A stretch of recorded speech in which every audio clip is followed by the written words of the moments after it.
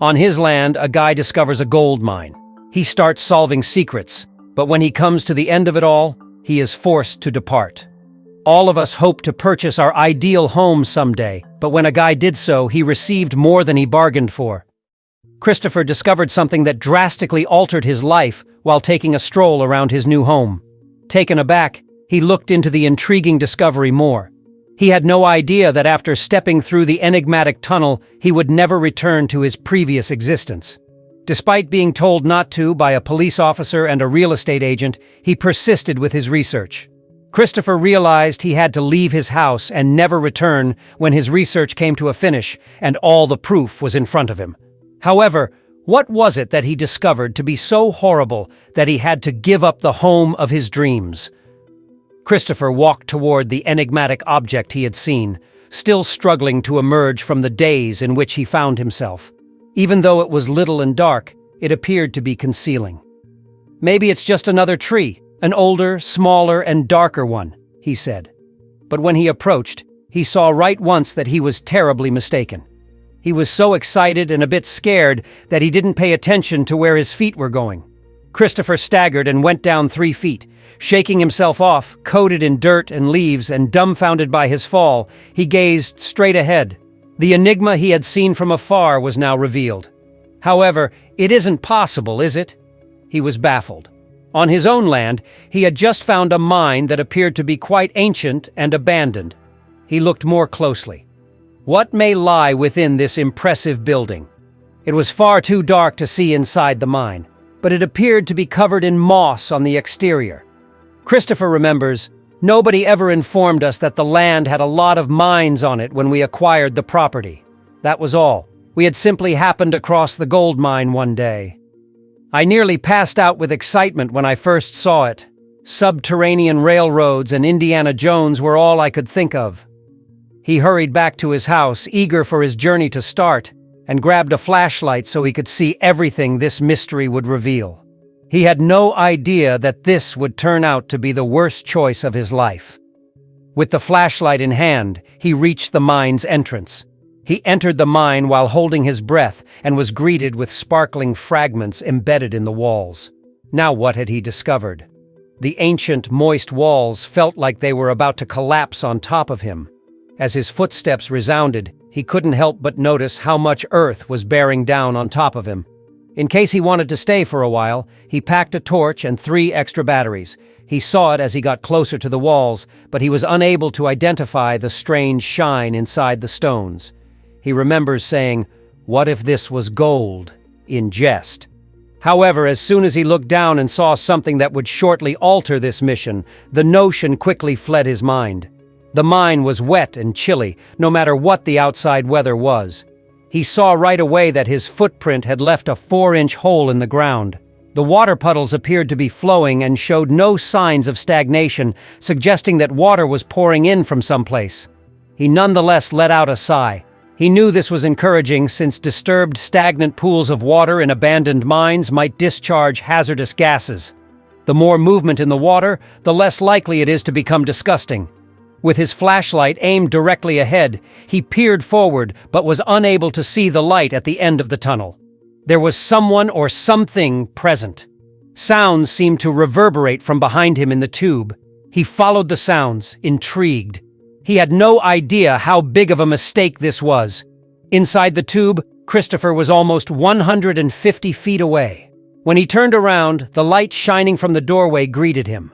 He was unable to comprehend what he was witnessing. There was a swing in one of the chains. He was being observed by someone. He needed to leave that place. Someone needed to be called, but who? When he yells, "Who's there?" his own echo answers him.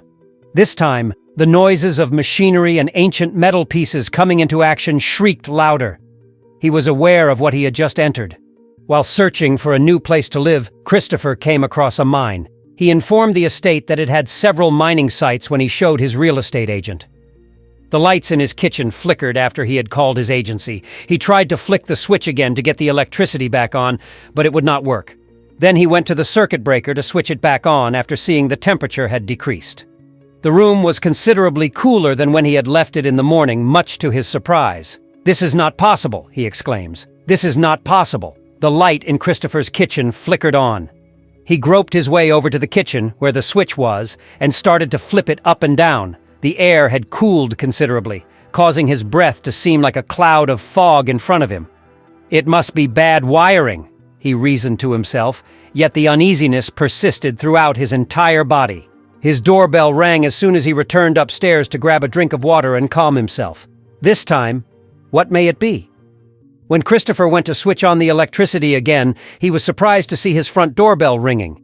With terrifying eyes, Mr. Rudolph started telling Christopher that the mine was, in fact, a gold mine, much to his own amazement. Upon examining the walls, he noticed that the gold remained unaltered in the stone, indicating that the miners had not completed their work and had left the mine. Christopher was determined to find the truth. His sole question was, what happened there that all the gold went untouched? Certainly something terrible, but why?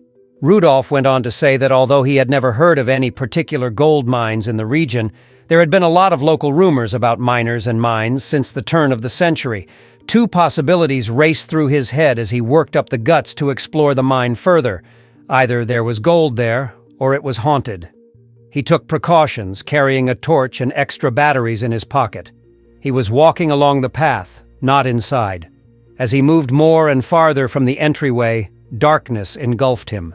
The last time Christopher was stuck in a mine, he resolved to walk all the way to the finish to find the answers he was looking for. But what he saw at the beginning turned him around. The hideaway was illuminated by his flashlight as he looked at several white scuffs on the walls. He could clearly see the vertical lines, 4 at a time, where the walls had been scraped. The scratches must have been done by fingers, he believed. Even though the scratches were very minor, they left an imprint on the cement. However, while he considered that query, he noticed something else that would trouble him always. He observed ruined furniture and a ton of stuff crammed together. However, that was nonsensical. Who would just go without taking anything with them? Christopher felt a tremendous pressure in his chest. Reaching out, he found the wall outside the chamber to be colder and rougher than the interior walls. Christopher's sense that something wasn't quite right in the mine persisted. He collapsed to the ground, clutching his chest once he was out. Even the sound of his footsteps was muffled by the silence of the atmosphere. Seeking the truth of what was truly going on, he raced as if it had never happened before. When Christopher searched for haunted mines on Google, the first result that came up was, "You have to face it if you want to get rid of the paranormal activity in the mine." Could he really? Could he turn around and make whatever this is go away? To find out, there was only one option. A gold mine would have seemed unreal and unreal. That's a gold mine. A gold mine. Christopher poses this question to himself. What's happening in that mine? The familiar sound is that of metal whispering and the chill of the air on his face. However, he soon heard the metallic sound once more. His body came to a sudden stop as his feet led the way through the tunnel's darkness. He could hear the sound so near that it started to hurt and ring in his ears. The metal noise had grown into a deafening storm of metal clunking against metal. Christopher appeared to be holding his head in his hands indefinitely. All of a sudden, nothing continued. He looked up when the sound became muffled. More than the noise, the quiet filled his body with terror, and then he caught sight of it. The chains hanging from the tunnel's granite ceiling began to swing in time, almost if they were dancing. He was so engrossed in what he was seeing that he was unable to even register the sound of the swooshing water. His pupils narrowed a bit, and he saw it, a tumbling wave of water heading straight for him.